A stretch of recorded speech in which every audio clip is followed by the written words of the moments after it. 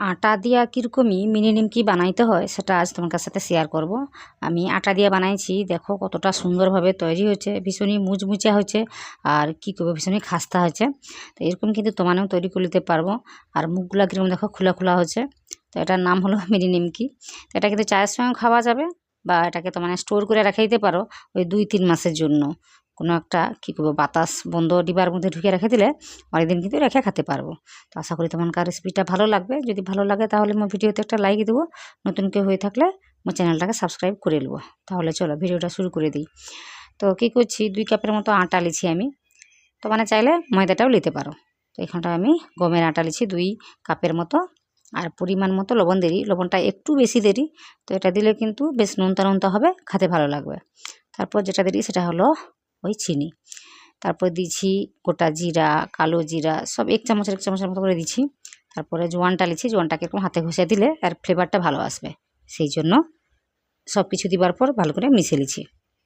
এরকম করে মিশিয়ে নিতে হবে। লিবার পর আমি তেল দেবো এখানটায়। তো মানে চাইলে ঘিও দিতে পারো। তো এখানটায় আমি তেল দিই 3 চামচের মতো আমি তেলটাকে দেবো। তো দিয়া এটাকেও ভালো করে মিশিয়ে নিই। তো দেখতে পারো কীরকমই ঘষে ঘষে মিশিয়ে নিই। তো সব কিছু ভালো করে মিশিয়ে নিলে মিশা হলে তোমার দেখতে পাবো যে এরকমই হাতের মধ্যে দোলা পাকা হয়ে বা মুঠা করা যায়। তো এরকম সহজেই কিন্তু মুঠা করা যায়। তো এরকম যখন দেখবো তখন কি করবো, জল নেবো। জলটাকে লিয়া অল্প অল্প করে জল দিতে হবে, দিয়া ভালো করে একটা ডো তৈরি করে নিতে হবে একদম শক্ত করে। সেই জন্য তো করি যে অল্প অল্প জল দিতে হবে। তো দেখো আমি 1 কাপের মতো জল দিয়েছি, কতটা জল থাকে তো মানে দেখবো।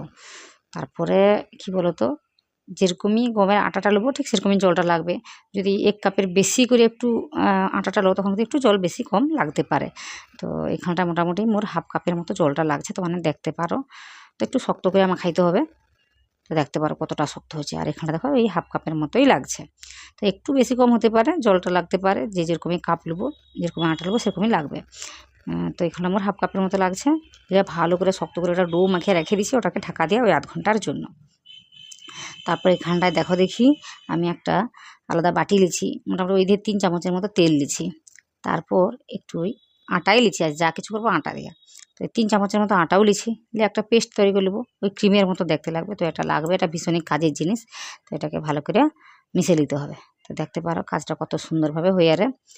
তো এটা আমি দেখছি ময়দার থেকেও আটা দিয়ে করলে খেতে ভালো লাগে, টেস্টে ভালো হয়।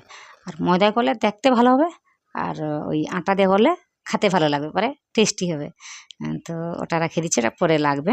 আর এদিকে দেখো তোমার কাছে ওই যে 1/2 ঘন্টা পরে দেখারি কত সুন্দর করে সেট হয়েছে। দেখো বেশ নরম হয়েছে, অনেকটা নরম হয়েছে, তো সেভাবে কিন্তু নরম হয়নি।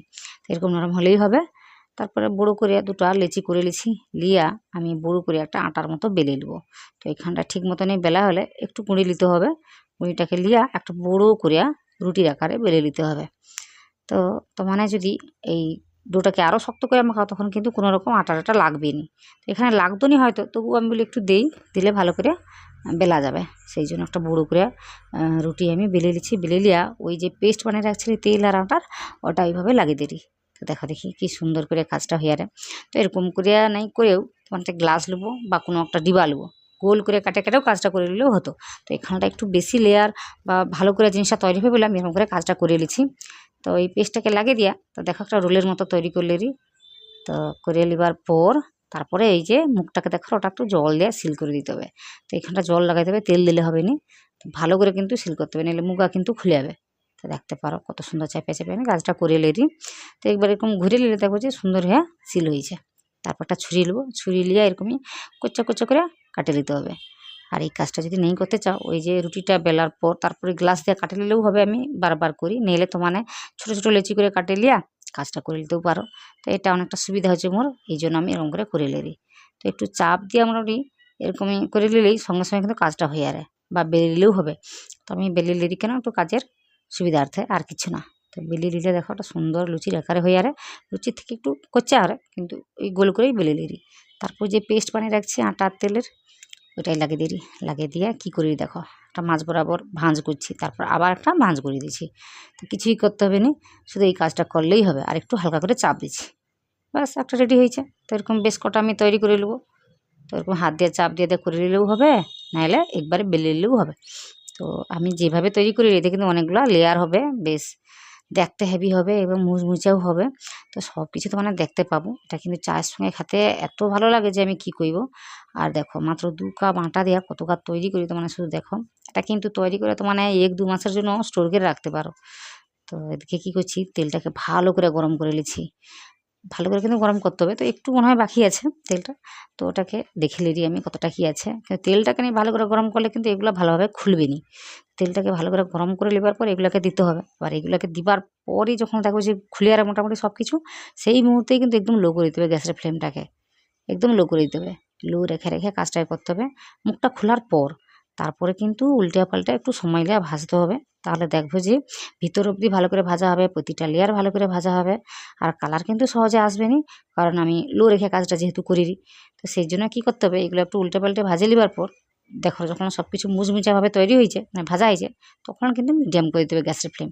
দেখবে তখন মিডিয়াম করে দিলে বেশ কালারটা তখন চলে আসবে সুন্দর করে। তো এই পর্যন্ত বোঝা যাবে যে এগুলো ভালো করে ভাজা হয়েছে। তারপর এই মুহূর্তে আমি কী করছি, একটু গ্যাসের ফ্লেমটাকে মিডিয়াম করে দিচ্ছি। তো মিডিয়াম করে দেওয়ার জন্য কিন্তু কালারটা চলে আসে। তো মানে চাইলে এরকমই কালার দেখে নামিয়ে নিতেও পারো।